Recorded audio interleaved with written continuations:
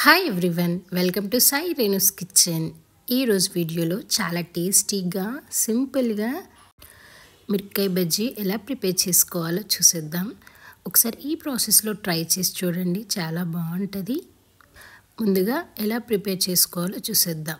ఒక 1 కప్ వరకు boiled potato తీసుకొని పొటాటో ఉడకపెట్టుకొని చిన్న చిన్న ముక్కలుగా కట్ చేసి యాడ్ చేసుకోవాలి.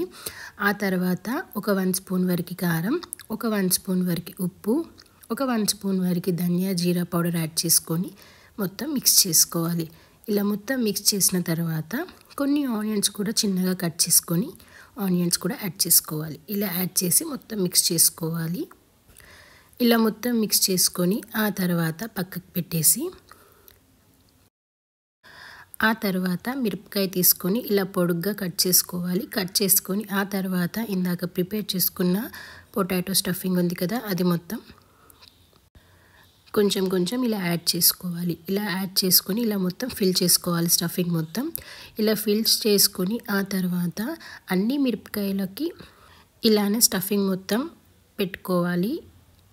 ఇలా స్టఫింగ్ మొత్తం ఫిల్ చేసుకొని అన్నీ ఇలా ప్రిపేర్ చేసి పెట్టుకోవాలి. ముందుగా ఇలా ప్రిపేర్ చేసుకొని ఆ తర్వాత పక్కకు పెట్టేసి ఒక బౌల్ తీసుకొని దాంట్లో ఒక 2 కప్స్ వరకు శనగపిండి తీసుకోవాలి.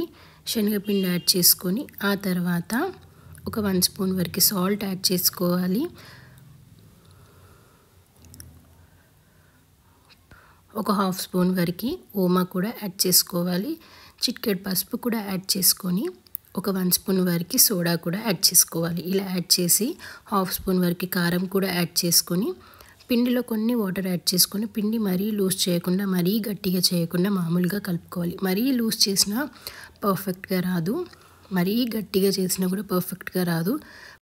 మీడియంగా ఇలా కలుపుకోవాలి. నార్మల్గా అలా బౌల్లో డిప్ చేసి కూడా యాడ్ చేసుకోవచ్చు. అలా బౌల్లో ఉన్న పిండితో కూడా మిరపకాయ యాడ్ చేసి ఆయిల్లో వేయొచ్చు.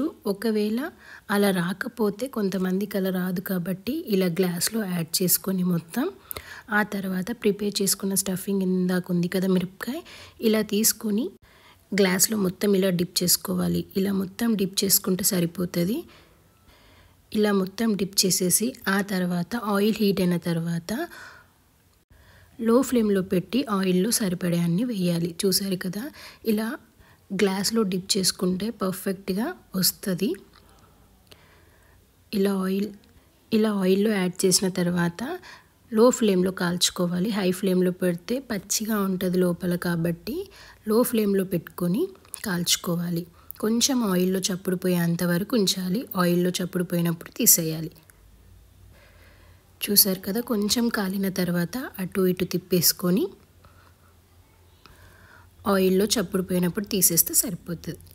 అంతేనండి, చాలా ఈజీగా టేస్టీగా మిరపకాయ బజ్జీ రెడీ. మీకు ఈ ప్రాసెస్లో నచ్చినట్లయితే ఒకసారి ట్రై చేసి చూడండి. చాలా సింపుల్ ప్రాసెస్ అండ్ టేస్ట్ కూడా బాగుంటుంది. ఎవరైనా ఈజీగా త్వరగా చేసుకోవచ్చు. అలాగే మీకు కనుక వీడియో నచ్చినట్లయితే లైక్ చేయండి, షేర్ చేయండి, సబ్స్క్రైబ్ చేసుకోండి. అలాగే కొత్తగా చూసిన వాళ్ళైతే సబ్స్క్రైబ్ చేసుకోండి. Thank you for watching.